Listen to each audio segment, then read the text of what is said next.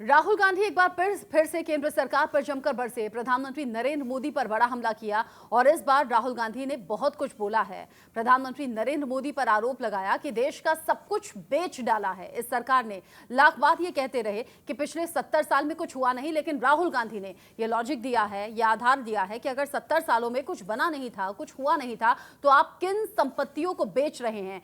लगातार हमलावर है राहुल गांधी केंद्र सरकार पर, मोदी सरकार पर। ऐसे में प्रधानमंत्री नरेंद्र मोदी पर हमला एक बार फिर से किया और साथ ही देशवासियों को संबोधित करते हुए कहा कि आपके भविष्य को बेचा जा रहा है।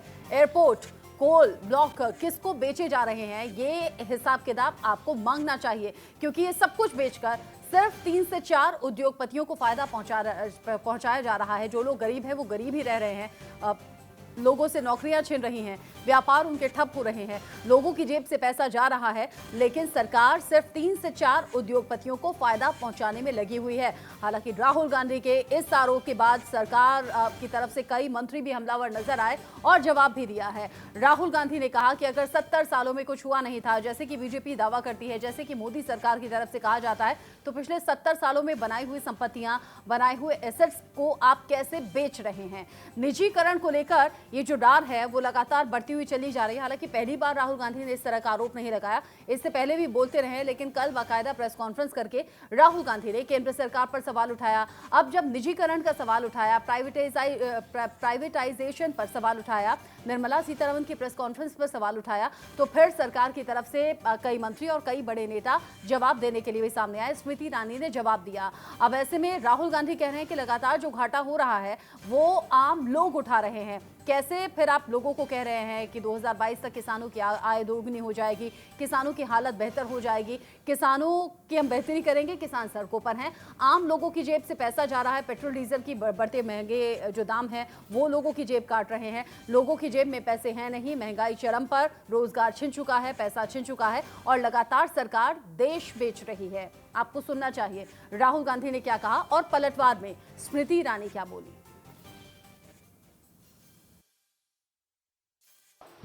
एक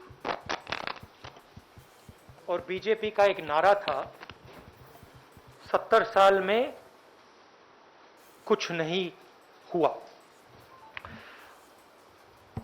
और कल फाइनेंस मिनिस्टर ने जो भी 70 साल में इस देश की पूंजी बनी थी उसको बेचने का डिसीजन ले लिया है। मतलब प्रधानमंत्री ने सब कुछ बेच दिया। रोडवेज 1.6 लाख करोड़ रुपीस का गिफ्ट, 26,700 किलोमीटर नेशनल हाईवेज।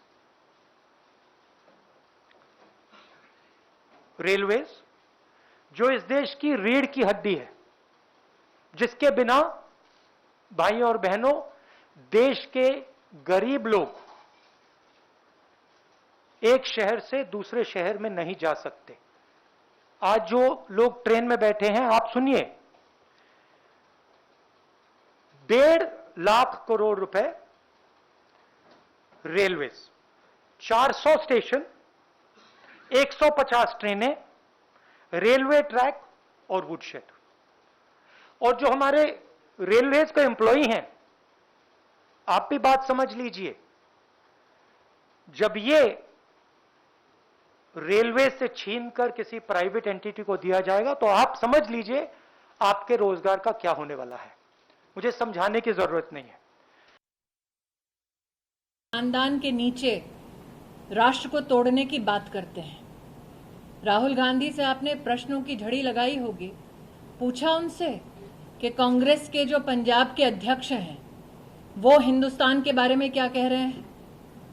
गुलाम वो हैं जो एक परिवार के आश्रय में देश के संदर्भ में जब देश प्रगति करता है तो उसके बारे में अंकुश लगाने का भरसक प्रयास करते हैं। 6 लाख करोड़ रुपया भारत की तिजोरी में आएगा, शायद राहुल जी को ये बात रास नहीं आई। 70 साल की आज़ादी में जिस परिवार ने जिस गृह जिले से मैं हूं, वहां पर एक डिस्ट्रिक्ट हॉस्पिटल नहीं बनाया। वो प्रधानमंत्री जी को हिदायत दे रहे हैं। जहां पर वो 15 साल तक सांसद रहे, वहां पर एक सीटी स्कैन की मशीन भी तब आई जब मोदी की सरकार आई, और वो प्रधानमंत्री को हिदायत दे रहे हैं। जहां का वैक्सीनेशन ड्राइव आज लगभग 13 लाख अमेठी वासियों को मुफ्त प्रधानमंत्री जी के माध्यम से मिलने वाला है, जिसमें से 5 लाख से ज्यादा लोगों का टीकाकरण हो गया है, वहां पर वो प्रधानमंत्री जी को हिदायत दे रहे हैं जिन्होंने एक मेडिकल कॉलेज तक एक गृह जिले में नहीं बनाया।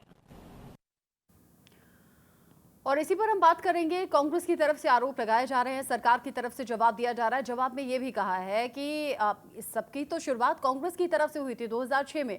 हमारे साथ गोपाल कृष्ण अग्रवाल, जो कि बीजेपी के प्रवक्ता है, उससे थोड़ी देर बाद जुड़ेंगे, उनसे हम बात करेंगे। आनंद मधब हमारे साथ जुड़ गए हैं, कांग्रेस के प्रवक्ता है। विवेक बिंद्रा हमारे साथ होंगे, सीनियर इकोनॉमिस्ट के तौर पर। आलोक मेहता सर हमारे साथ जुड़ गए हैं, एडिटोरियल डायरेक्टर ITV ग्रुप के। और आलोक मेहता सर ने चूंकि यूपीए की सरकार भी देखी है, NDA का भी कार्यकाल देख लिया है, वो बारीकी से जानते भी होंगे, समझते भी होंगे। उनसे भी हम इस फर्क को जानने और समझने की कोशिश करेंगे। आप सभी का बहुत बहुत स्वागत है। आनंद मधब जी, पहला सवाल मेरा आपसे ही है। राहुल गांधी प्रेस कॉन्फ्रेंस करते हैं, आरोप पर आरोप लगा देते हैं, आरोपों की झड़ी सामने आती है, लेकिन बीजेपी तो पलटवार कर रही है, कह रही है कि ये सब कुछ तो कांग्रेस का खुद का किया हुआ है, खुद से शुरुआत की थी। देखिए, ऐसा है कि इन लोगों को मंत्रालय का नाम बदल के ट्रोल मंत्रालय कर देना चाहिए। जो सच्चाई है, राहुल जी उसको सामने रखने की कोशिश करते हैं और ये लोग उसको बरगलाने की कोशिश करते हैं। ये एक आर्थिक नव साम्राज्यवाद का उदय होने जा रहा है, जो कि लगातार जिसके लिए मोदी जी प्रयास कर रहे हैं। हम दो सब कुछ बेच दो, यही प्रणाली इनकी है।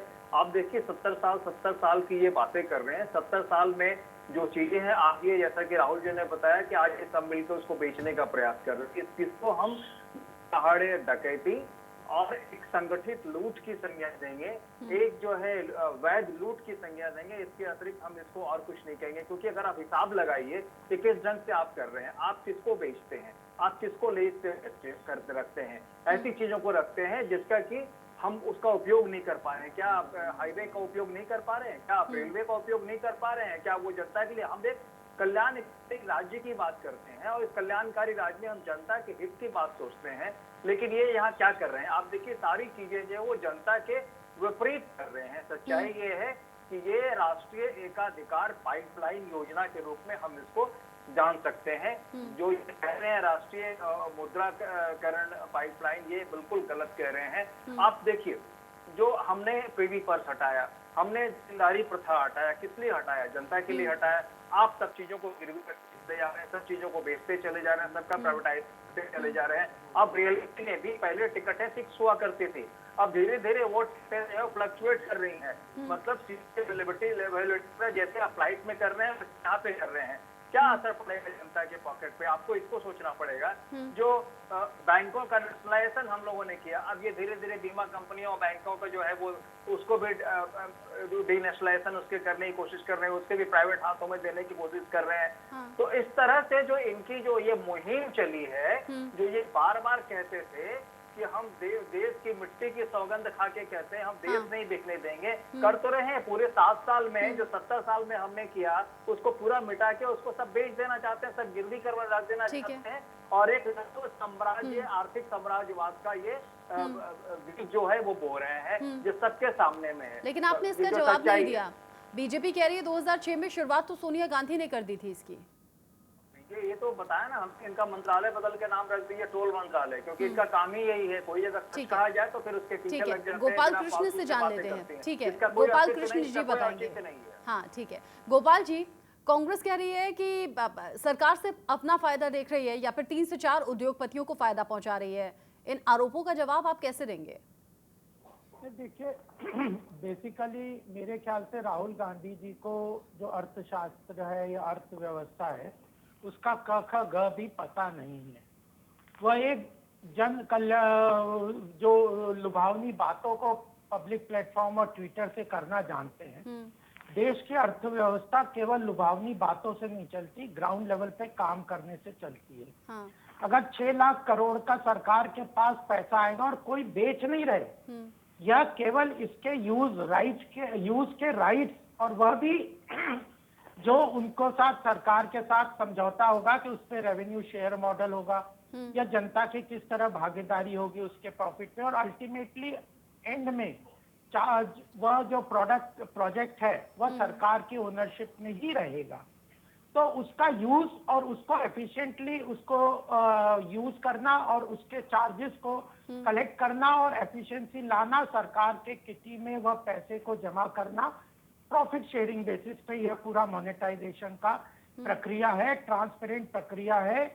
6 लाख करोड़ का जो पैसा है सरकार के पास आएगा जन कल्याणकारी योजनाओं के अंतर्गत, उसको सरकार खर्च कर सकती है। हाँ। आज भी आप देखिए भारत में आज ये एक नई रिपोर्ट आई है, ग्लोबल मैन्युफैक्चरिंग हब में भारत विश्व में दूसरे लेवल पे पहुंच गया। वह इसलिए हो रहा है कि सरकार manufacturing, industries, logistics, infrastructure development, power availability, इन सब में मैसिव काम कर रही है। इन सब के बिना मैन्युफैक्चरिंग और इंडस्ट्रीज पनप ही नहीं सकती। 70 साल में यह बातें करते हैं। आज हमारे देश में मैन्युफैक्चरिंग सबसे कमजोर स्थिति में थी।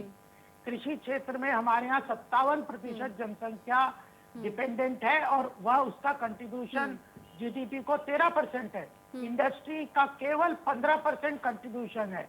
तो कृषि में जो ओवर एम्प्लॉयमेंट है उसको इंडस्ट्री में लाने के लिए, मैन्युफैक्चरिंग के लिए इंफ्रास्ट्रक्चर चाहिए, ईज ऑफ लिविंग के लिए इंफ्रास्ट्रक्चर चाहिए। क्या आज सड़क नहीं चाहिए, अच्छी रेलें नहीं चाहिए, हवाई जहाज नहीं चाहिए, एयरपोर्ट नहीं चाहिए, गोपाल जी ठीक है, आपका कहना ये है कि ये सब करके सरकार के पास 6 लाख करोड़ रुपए आएंगे और उससे जन कल्याण की चीजें की जाएंगी। मतलब आप कह रहे हैं कि हम भविष्य का सोच रहे हैं, दूर तक का सोच रहे हैं, और ये बात कांग्रेस की समझ से परे है।